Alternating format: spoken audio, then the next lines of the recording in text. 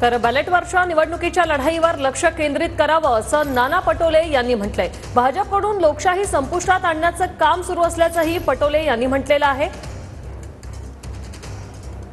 संपूर्ण काँग्रेस पक्ष राष्ट्रीय अध्यक्षापासून सगळे या महाराष्ट्राच्या निवडणुकीमध्ये सहभागी झालेले होते।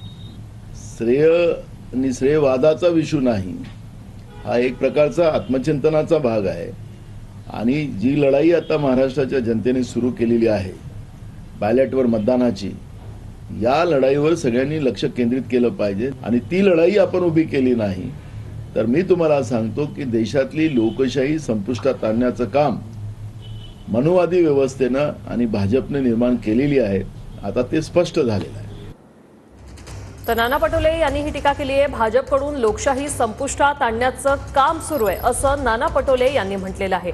तर बॅलेटवरच्या निवडणुकीच्या लढाईवर लक्ष केंद्रित करावं असं देखील नाना पटोले यांनी वक्तव्य केलेलं आहे। भाजपवर देखील त्यांच्याकडून टीका करण्यात आली आहे।